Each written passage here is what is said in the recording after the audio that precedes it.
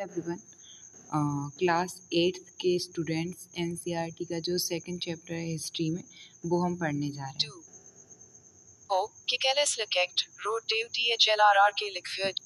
तो हम इस वर्ड बॉक्स से तो नहीं पढ़ सकते हैं चैप्टर, क्योंकि एक कोई कोड वर्ड्स बोलते हैं जिसे अभी आपने सुना।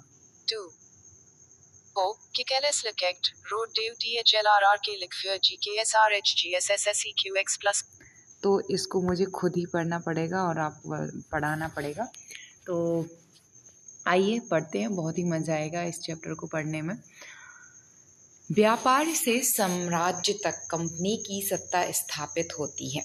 ये चैप्टर बहुत ही इंटरेस्टिंग है, क्योंकि जहाँ कंपनी एक व्यापार के रूप में स्टार्टिंग में आती है, वहीं वो साम्राज्य कैसे अपना फैलाती है ये जानने के लिए मिलेगा। तो बहुत ही मज़ा आने वाला है। ठीक है, चलिए पढ़ना स्टार्ट करते हैं।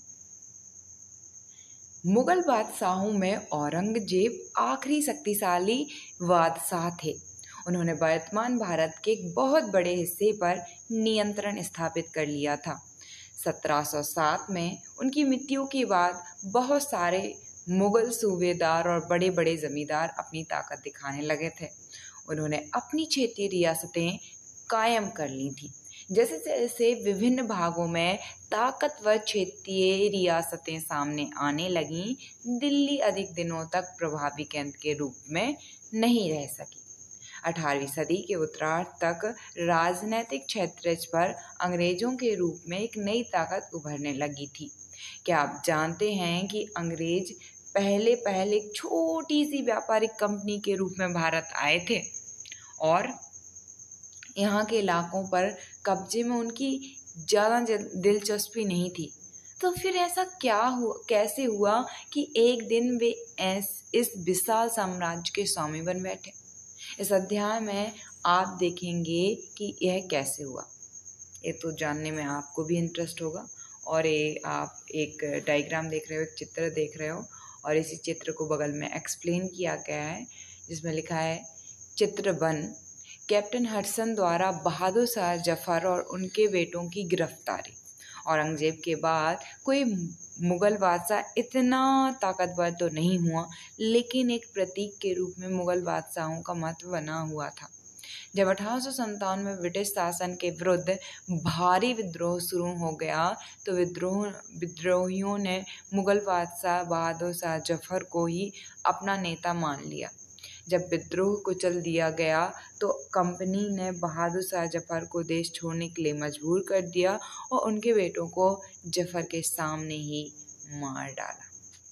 आगे पढ़ते हैं। ये आपको पूरा का पूरा वर्ल्ड मैप दिखाई दे रहा है, जहाँ पे आपको ब्रिटिश आइसलैंड से लेके और अपनी इंडिया के बम्बई, मद्रास, कलकत्ता, जहाँ पे लोग आके और मतलब अपनी बस्तियाँ बसाते थे दूसरे देशों के लोग, खासकर यूरोपीय कंपनियाँ, खासकर नहीं यूरोपीय ही कंपनियाँ आई थी।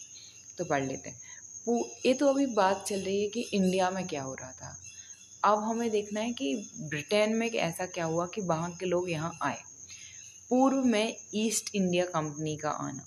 सन 1600 में ईस्ट इंडिया कंपनी इंग्लैंड की महारानी एलिजाबेथ प्रथम से चार्टर अर्थात इजाज़तनामा हासिल कर लिया, जिससे कंपनी को पूर्व से व्यापार करने का एक अधिकार मिल गया।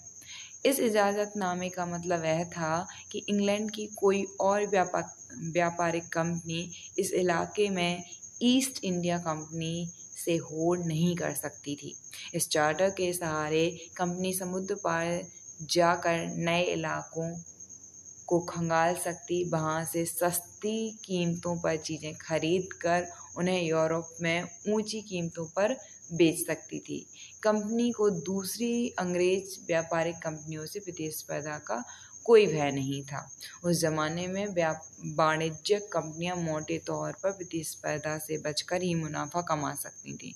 अब हमें वाणिज्यिक का अर्थ देख लेना है, तो इधर बगल में बॉक्स बना है, वो मैं अभी पढ़ देती हूँ। तो मुनाफा वो कैसे कमा सकती थी? वाणिज्यिक बन के। अगर कोई प्रतिस्पर्धी ना हो तभी वे सस्ती चीज़ों को खरीद कर उन्हें ज़्यादा कीमत पर बेच सकती थी। वाणिज्यिक का अर्थ है एक ऐसा व्यावसायिक उद्यम जिसमें चीज़ों को सस्ती कीमतों पर खरीद कर और ज़्यादा कीमतों पर बेचकर यानी मुख्य रूप से व्यापार के जरिए मुनाफा किया जाता है। और ये आपको चित्र दूसरा जो था उसमें 18वीं सदी में भारत तक आने वाले रास्ते दिखाए गए हैं। अब हम आगे पढ़ लेते हैं। लेकिन यह शाही दस्तावेज दूसरी यूरोपीय ताकतों को पूर्व के बाजारों में आने से नहीं रोक सकता था। जब तक इंग्लैंड के जहाज अफ्रीका के पश्चिम तट को छूते हुए कैप ऑफ गुड होप का चक्कर लगाकर हिंद महासागर पार करते, तब तक पुर्तगालियों ने भारत के पश्चिमी तट पर अपनी उपस्थिति दर्ज करा दी थी। वे गोवा में अपना ठिकाना बना चुके थे।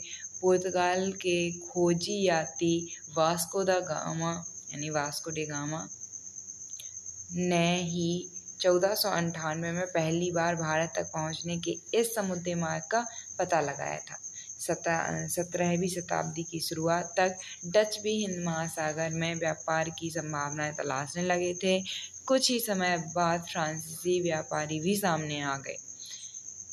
समस्या यह थी कि सारी कंपनियां एक जैसी चीज़ें ही खरीदना चाहती थी। यूरोप के बाज़ारों में भारत के बने बारीक सूती कपड़े और रेशम की ज़बरदस्त मांग थी।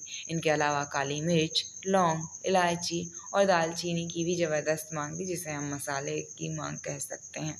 यूरोपीय कंपनियों के बीच इस बढ़ती प्रतिस्पर्धा से भारतीय बाज़ारों में इन चीज़ों की कीमतें बढ़ने लगीं और उनसे मिलने वाला मुनाफा गिरने लगा।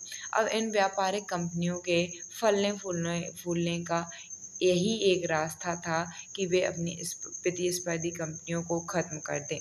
लिहाजा बाजार पर कब्जे की इस होड़ ने व्यापारिक कंपनियों के बीच लड़ाइयों की शुरुआत कर दी। 17वीं और 18वीं सदी में जब भी मौका मिलता, कोई भी कंपनी किसी दूसरी कंपनी के जहाज डुबो देती, रास्ते में रुकावट खड़ी कर देती और माल से लदे जहाज़ों को आगे बढ़ने से रोक देती। यह व्यापार हथियारों की मदद से चल रहा था और व्यापारिक चौकियों को किलेबंदी के जरिए सुरक्षित रखा जाता था। अपनी बस्तियों को किलेबंद करने और व्यापार में मुनाफा कमाने की इन कोशिशों के कारण स्थानीय शासकों से भी टकराव होने लगे। इस प्रकार व्यापार और राजनीति को एक दूसरे से अलग रखना कंपनी के लिए मुश्किल होता जा रहा था। आइए देखें कि यह कैसे हुआ।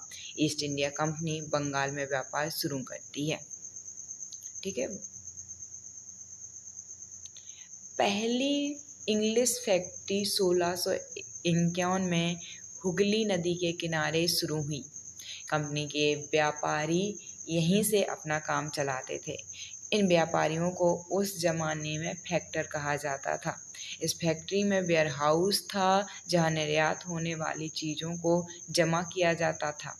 यहीं पर उसके दफ्तर थे, जिसमें कंपनी के अफसर बैठते थे। जैसे जैसे व्यापार फैला, कंपनी ने सौदागरों और व्यापारियों को फैक्ट्रियों के आसपास आकर बसने के लिए प्रेरित किया। 1696 तक कंपनी ने इस आबादी के चारों तरफ एक किला बनाना शुरू कर दिया था। 2 साल बाद उसने मुगल अफसरों को रिश्वत देकर 3 गांवों की जमींदारी भी खरीद ली थी। इनमें से एक गांव कालिकाता था, जो बाद में कलकत्ता और वर्तमान में कलकत्ता के नाम से जाना जाता है। कंपनी ने मुगल सम्राट औरंगजेब को इस बात के लिए तैयार कर लिया कि वह कंपनी को बिना शुल्क चुकाए व्यापार करने का फरमान जारी कर दे। अपनी ज़्यादा से ज़्यादा रियायतें हासिल करने और पहले से मौजूदा अधिकारों को ज़्यादा से ज़्यादा फ़ायदा उठाने में लगी हुई थी। कौन? कंपनी। उदाहरण के लिए औरंगजेब के फरमान से केवल कंपनी को ही शुल्क मुक्त व्यापार का अधिकार मिला था। कंपनी के जो अफसर निजी तौर पर व्यापार चलाते थे, उन्हें छूट नहीं थी, लेकिन फिर भी शुल्क चुकाने से इनकार कर दिया उन्होंने। इससे बंगाल में राजस्व वसूली बहुत कम हो गई।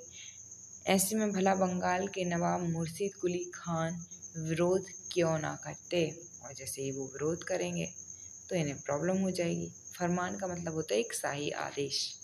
यहाँ पे आप चित्र देख रहे हैं और चित्र को मैं पढ़ देती हूँ कि चित्र में है क्या। चित्र नंबर 3, मद्रास के जहाज से सामान लाती स्थानीय नौकाएं, विलियम सिम्पसन द्वारा बनाया गया चित्र 1867। अच्छा चित्र बनाया उन्होंने। चलिए आगे बढ़ते हैं। व्यापार से युद्धों तक आए तो व्यापार के लिए थे और करने लगे युद्ध। तो इनको देख लेते कि व्यापार से युद्ध की क्या परेशानी थी इन्हें। 18वीं सदी की शुरुआत में कंपनियों बंगाल के नवाबों का टकराव काफ़ी बढ़ गया था। औरंगजेब की मृत्यु के बाद बंगाल के नवाब अपनी ताकत दिखाने लगे थे। उस समय दूसरी क्षेत्रीय ताकतों की स्थिति भी ऐसी ही थी। मुर्शीद कुली खान के बाद अलीवर्दी खान और उसके बाद सिराजुद्दौला बंगाल के नवाब बने। ये सभी शक्तिशाली शासक थे। उन्होंने कंपनी को रियायतें देने से मना कर दिया। व्यापार का अधिकार देने के बदले कंपनी से नजराना मांगे। उसे सिक्के ढालने का अधिकार नहीं दिया और उसकी किलेबंदी को बढ़ाने से रोक दिया। किसने? नवाबों ने।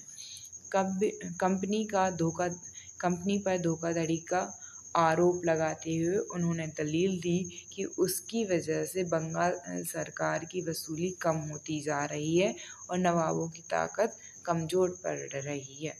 कंपनी टैक्स चुकाने को तैयार नहीं थी। उसके अफसरों ने अपमानजनक चिट्ठियां लिखी और नवाबों व उनके अधिकारियों को अपमानित करने का प्रयास किया। अब कठपुतली का अर्थ समझ लेते हैं, फिर ये पढ़ते हैं, क्योंकि कठपुतली शासन का मतलब अभी आने वाला है कि सिराजुद्दौला के बाद में सिराजुद्दौला क्योंकि ये हार जाते हैं और इन्हीं के टाइम से अंग्रेज जैसा चाहते हैं नचाते रहते हैं। तो कठपुतली का अर्थ होता है एक खिलौना होता है जिसे आप धागे के सहारे अपने हिसाब से नचाते हैं। जो व्यक्ति किसी और के इशारों पर चलता है उसे भी मजाक उड़ाने के लिए अक्सर कठपुतली कहा जाता है। तो आ जाते हैं। कंपनी का कहना था कि स्थानीय अधिकारों की बेतुकी मांगों से कंपनी का व्यापार तबाह हो रहा है। व्यापार तभी फल फूल सकता है जब सरकार शुल्क हटा ले। कंपनी को इस बात का भी यकीन था कि अपना व्यापार फैलाने के लिए उसे अपनी आबादी बढ़ानी होगी, गांव खरीदने होंगे और किलों का पुनः निर्माण कराना होगा। ये टकराव दिनों दिन गंभीर होते गए। इन टकरावों की परिणति पलासी के प्रसिद्ध युद्ध के रूप में हुई। पलासी का युद्ध 1756 में अलीवर्दी खान की मृत्यु के बाद सिराजुद्दौला बंगाल के नवाब बने। कंपनी को सिराजुद्दौला की ताकत से काफ़ी भय था। सिराजुद्दौला की जगह कंपनी एक ऐसा कठपुतली नवाब चाहती थी जो उसे व्यापारिक रियायतें और अन्य सुविधाएं आसानी से देने में आनाकानी ना करे। कंपनी ने प्रयास किया कि सिराजुद्दौला के प्रतिद्वंदियों में से किसी को नवाब बना दिया जाए। कंपनी को कामयाबी नहीं मिली। जवाब में सिराजुद्दौला ने हुक्म दिया कि कंपनी उनके राज्य के राजनीतिक मामलों में टांग अड़ाना बंद कर दे, किलेबंदी रोके और बाकायदा राजस्व चुकाए। जब दोनों पक्ष पीछे हटने को तैयार नहीं हुए तो अपने 30,000 सिपाहियों के साथ नवाब ने कासिम बाजार में स्थित इंग्लिश फैक्ट्री पर हमला बोल दिया। नवाब की फौज ने कंपनी के अफसरों को गिरफ्तार कर लिया, गोदाम पर ताला डाल दिया, अंग्रेज़ों के हथियार छीन लिए और अंग्रेज जहाज़ों को घेरों में ले लिया। इसके बाद नवाब ने कंपनी के कलकत्ता स्थित किले पर कब्जे के लिए उधर रुख किया। तो इसके आगे का हम कल पढ़ेंगे। इतना ही आज आपको पढ़ना है पूरा का पूरा। और प्लासी का युद्ध कैसे और हुआ, ये प्लासी का युद्ध ही हम फिर नेक्स्ट डे पढ़ेंगे।